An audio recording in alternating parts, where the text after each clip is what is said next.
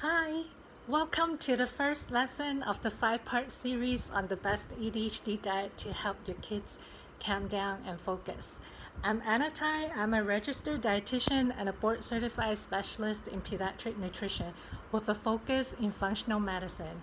I help kids with ADHD achieve their full potential naturally without medications.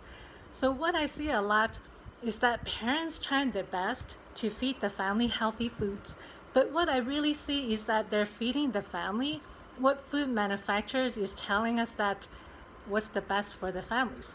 But in fact, these are actually the food or actually benefit the food manufacturer the most, not your family's health.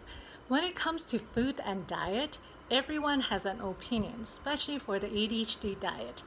Everyone is an expert and they tell you try the Finko diet, eliminate food colorings, eat clean, eat protein, etc., etc., etc. So, what works and what not? So, that's what we're going to look into in this 5-part series. So, there seems to be no consensus on which is the best ADHD diet out there. Even the Finko diet, which was the original ADHD diet, is not the one. Every diet seems to work for some people and not everyone. And every supplement seems to work for some people and not others. And there's a very good reason why. And we're going to look into like all these different kind of reasons. But so hopefully in this 5-part mini course, I can answer most of your questions about what's the best diet for your child with ADHD. So the diagnosis of ADHD is based on the presence of ADHD symptoms, specifically the lack of focus, hyperactivity, impulsivity, and poor memory. And these are the symptoms that tends to be affecting the school and social life. However, when it comes to treating ADHD, conventional treatment continues to focus on these symptoms. But did you know there are many causes of ADHD? Everyone who has ADHD have the same ADHD symptoms, but each person's underlying causes are different. That's the reason why there's no one diet or supplement or anything that works for everyone with ADHD. It's also the same reason why you can have 10 patients with breast cancer who receive the same treatment, but you'll end up with 10 different treatment results. Another way to look at it is comparing to a headache. Everyone who has a headache is called a headache sufferer. But each person who have a headache, they have a different reason behind that. This headache could be a sign of dehydration, hunger, brain tumor, concoction, sinus allergy, or even brain aneurysm. So would you be okay if your doctor just gave you a painkiller for your headache if the actual cause of your headache was a brain tumor or a brain aneurysm? I don't think so. I know diet works for many medical conditions because that's my specialty. And remember when you were pregnant, you watched what you were eating because you want to make sure that your child gets the best start in life. Then when your baby was born, you try your best to feed your baby the best food you can. Brand new parents would do anything they can to make sure that only the best nutrition goes into the kid's body. Every parent knows how important nutrition is for the child's health and growth. But when it comes to treating medical conditions, many doctors seem to care less about nutrition even though they are parents themselves. So it seems as a society that we agree that nutrition is very important. We are what we eat is so true. So if you touch your nose with your finger, do you feel your nose? Where does your nose come from? That you can feel and touch and smell. And where also the nerve that helps to bring your arm to your nose comes from. All these, everything on your body comes from the food that you eat from the time that you are conceived. So let's look at some causes of ADHD that can be corrected by simply changing the way that you eat. So I remember many years ago, seems like forever ago, I remember going to a parent orientation at my daughter's school. And basically one of the topic that they talk about there is actually for 7th grade, when she was 7th grade. They're basically trying to tell us parents to chill and don't expect too much from our 7th grader because their prefrontal cortex is not developing. And the school actually used the term, and they actually described prefrontal cortex during that orientation. And I thought that was kind of funny. So the way I look at ADHD is that attention and memory is like any other developmental skills, like crawling, walking, and talking. So every child master each of these skills at their own pace, and we have a set range of time that these skills are mastered. So if you look at ADHD the same way you look at when your child eats his or her first food, spoke his or her first word, took the first step, etc., you'll understand some of the symptoms of ADHD a little bit better. So in today's lesson, we're going to talk more about the ADHD brain and how it's different than the neurotypical brain. So I'll tell you a little bit. There are three aspects of the ADHD brain that is different. So number one we're going to talk about is that the ADHD brain is actually smaller and delayed compared to the normal neurotypical brain. So study shows that the ADHD brain is smaller and delayed, and it has also less brain chemicals levels, specifically the one what we call the dopamine. So kind of like some babies start walking at 7 months, some walk after 13 months, some speak early, some speak later. So there's different stages that kids develop each skills. Like my daughter has a speech delay as a toddler. She didn't speak her first word until 18 months old, and her first word was apple, and that was her favorite food at that time. So she needed speech therapy to help with talking the first few years. So children with ADHD typically have a smaller prefrontal lobe, which is this part of the brain in the front. Study shows that it's about 10% smaller than normal brain. So that's also the portion of the brain responsible for reasoning, planning, solving problem, executive function, focus, and completing tasks. So when the prefrontal cortex isn't functioning properly or is delayed, you'll see more fidgeting and acting on impulses type of stuff. And then there's also another imaging studies done by the NIH, or National Institute of Health, in their mental health department. It shows that from the brain scans of children, they show that kids with ADHD, their brain is actually 3 years behind. So, but that doesn't mean that it's broken. It's only showing it is 3 years behind, but the development is still normal compared to regular children.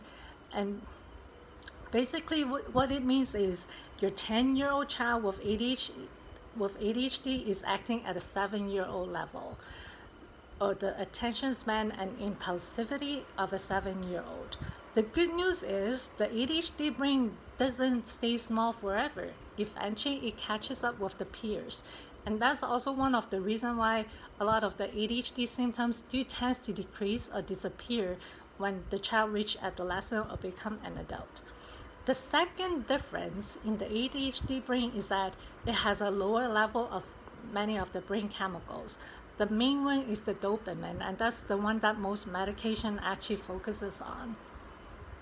So the ADHD brain have a lower level of this dopamine, which is a brain chemical associated with reward, desire, and motivation. And some of you have noticed that your kids have no motivation to do anything, and that's the reason why.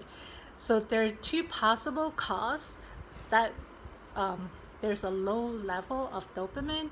One is the body maybe not making enough of it because there's a nutrient deficiency or there's a defective pathways. And the second reason is there might be not enough dopamine receptor to activate the dopamine. So that's the second reason. And then number 3 reason, this is an interesting one, is the ADHD brain doesn't process sugar very well. So I always hear parents ask, why does my child crave sugar all the time? So it might not seem so obvious that problems with attention, hyperactivity, and impulsivity could be related to food cravings, but there's a connection between ADHD brain and sugar cravings, and there are studies to support that. So the ADHD brain doesn't process sugar very efficiently. So what that means is that the ADHD brain is actually starving for energy. So especially when the diet is very high in sugar and carbohydrate.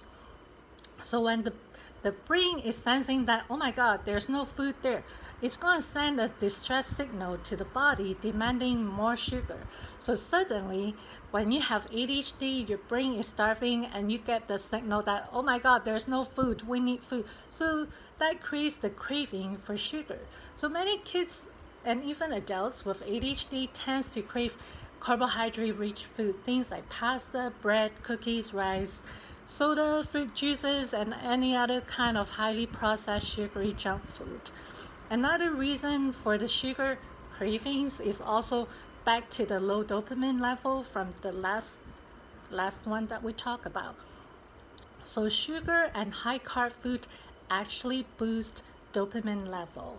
So when there's a boost in the dopamine level, you actually get like a little burst of energy and like feel good feeling. It's kind of like when you eat something sweet or a really good dessert, you're like, oh wow, this is so good.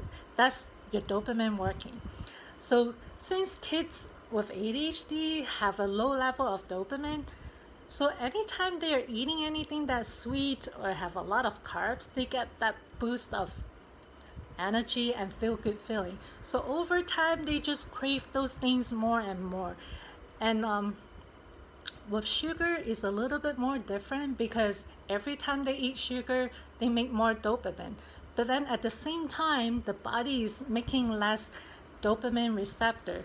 So which means that as time goes on with all this high sugar, high carb food, the body is have to have more dopamine to get the same effects, the same energy, and the same feel good feeling.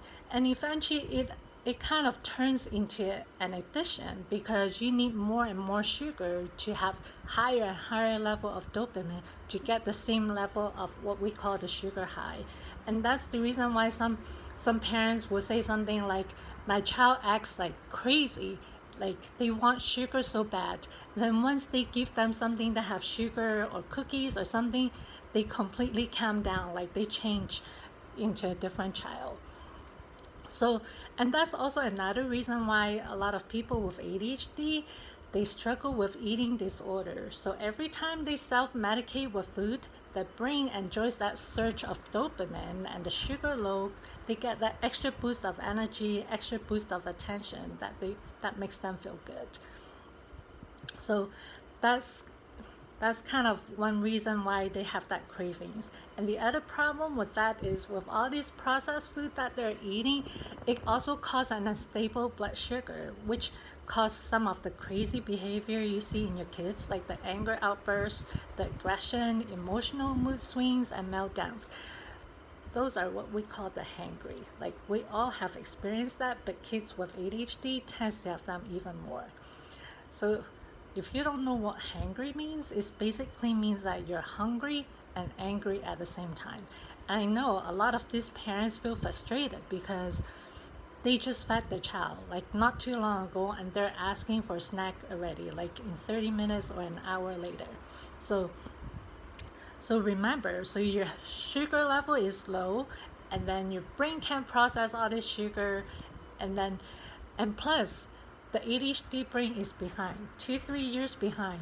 So your 6 years old is acting emotionally at the 3-year-old level.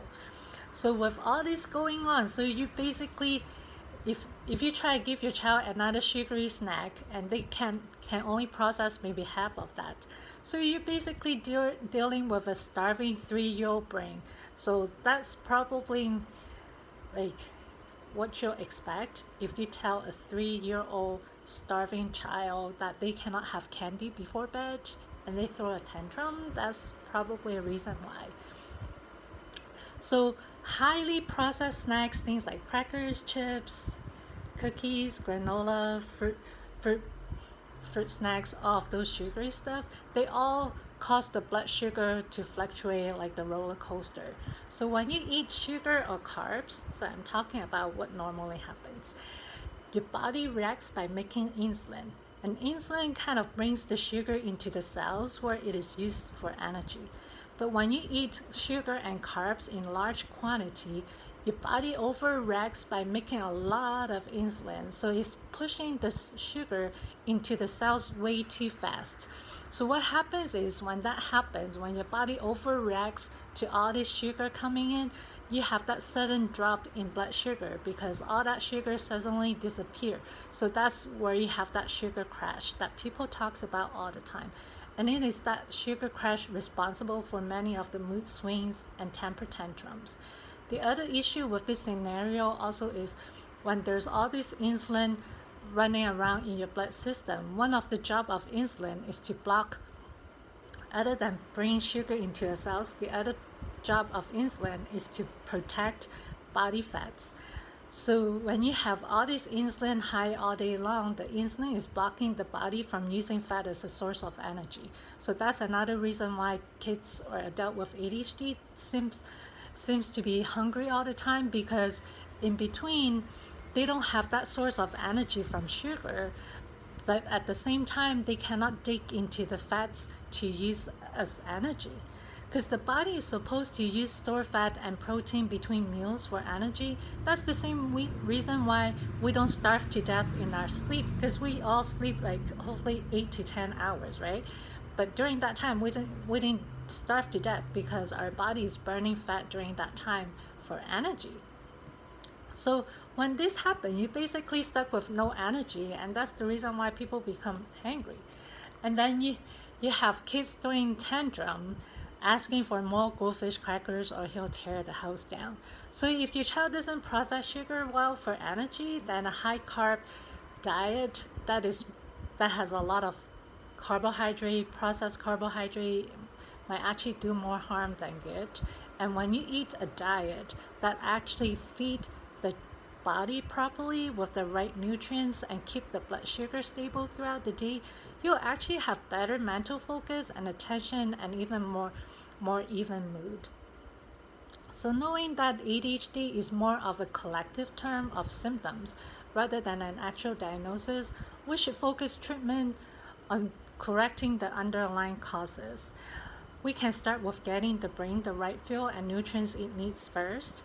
Also remember, ADHD symptoms can also be triggered by other environmental factors, life stressors, nutrient deficiency, biochemical imbalances, and the ADHD brain is just the manifestations of all these other real underlying causes. And the ADHD brain defects that we talk about today is only account for maybe a small percentage of the ADHD cases. Therefore, it is important that we consider other possible factors that might cause or predispose someone to have ADHD. And that's the ADHD brain. So in the next lesson, we're going to talk about the other ADHD brain that's being ignored. So I hope you find this information helpful. Let me know what you think and comment below. Remember, ADHD doesn't doom your child to a life of underachievement. You know your child is bright, full of potential, and deserves the best. In fact, many of the world's greatest inventions and discovery are made by people with ADHD. I helped my crazy wild child who couldn't read and write when she was little with the 4 steps I laid out in the Eat to Focus book. She is now a merit scholarship student majoring in pre-med at Loyola Chicago University. So stay strong. Keep believing in your child. Check out the Eat to Focus book at Amazon.com to learn about my story and the 4 steps that I used to transform my daughter and help her reach her full potential. This information might help change your child's future too. And I'll see you in the next lesson. Thank you for watching. Bye.